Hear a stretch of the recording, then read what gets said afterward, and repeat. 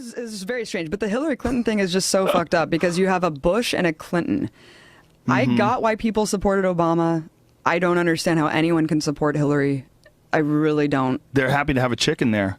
And so next time, are we just going to have a gay person? Yeah. Because this is bullshit. You got any evil gay people that we could slide in? Evil gay people are super into war. Is there any out there? There must be. I mean, has this just turned into just pure symbolism? So we're just going to have the first black guy and then the woman and then a gay person and then that's it. Well, then we'll have to go back to straight evil. Right. I don't know. I mean, it doesn't make any sense at all to have this system that we have in place. Right. It doesn't make sense. Anyone who's a strict Democrat, like I had a conversation once with a friend, and he was talking about Democrats versus Republicans in an election, and he kept using the term "we." You know, we got to win this and we got to win that. And I'm like, "We?"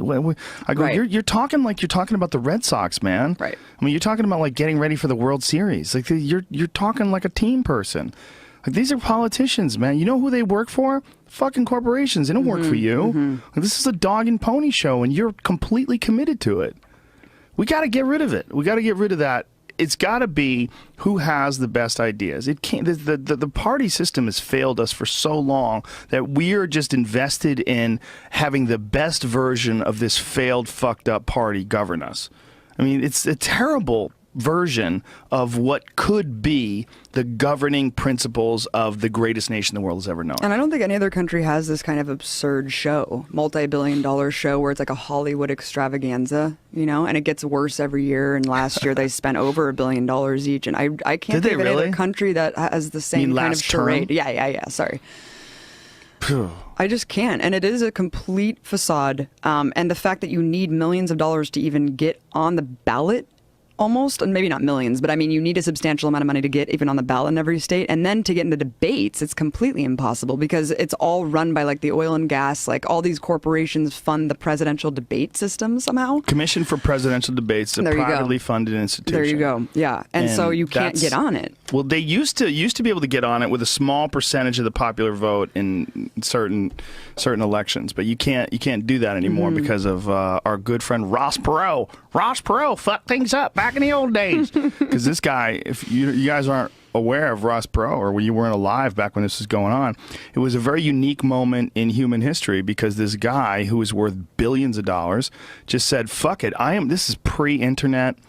This guy said, fuck it, I'm going to buy a half an hour of time on ABC during prime time, or NBC, I don't remember what network it was, and I am going to show everyone what's fucked up about the tax system and show everyone what's fucked up about the Federal Reserve, and I'm going to talk about what kind of changes I would make if I was president. And everybody was like, look at this guy.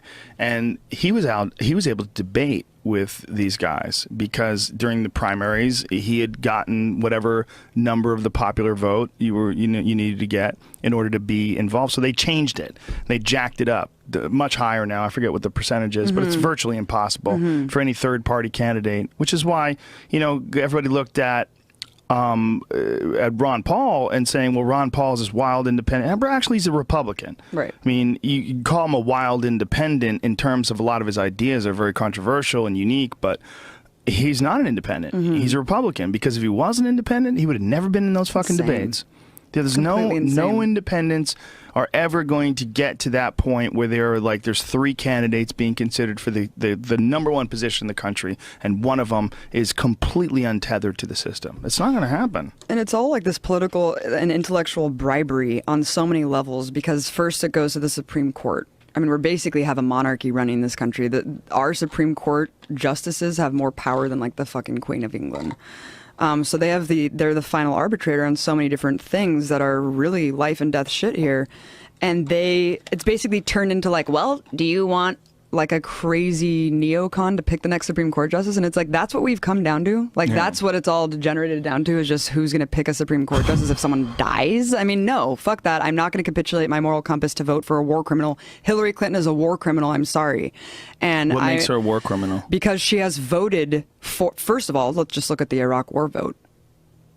Killed 2 million people in Iraq. New figures just came out that said that 2 million people have died in Iraq and Afghanistan since 2003. Not even to mention the million babies who died from sanctions in the 90s.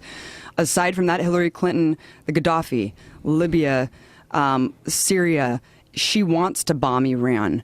I mean, she is the worst. If you she look said at she her, wants to bomb Iran? Someone did a report, I think it was in the New York Times, kind of an embedded report in the National Security Cabinet. And they said that she is on par, if not worse than John McCain, of all of her war hawkish ideals in terms of foreign policy. It is scary shit, man. So as much as people want to pretend like she's like this liberal do-gooder, I'm most concerned about ending imperialism, militarism, and, you know, U.S. hegemony. So I'm not going to be voting for Hillary Clinton because she's a fucking woman.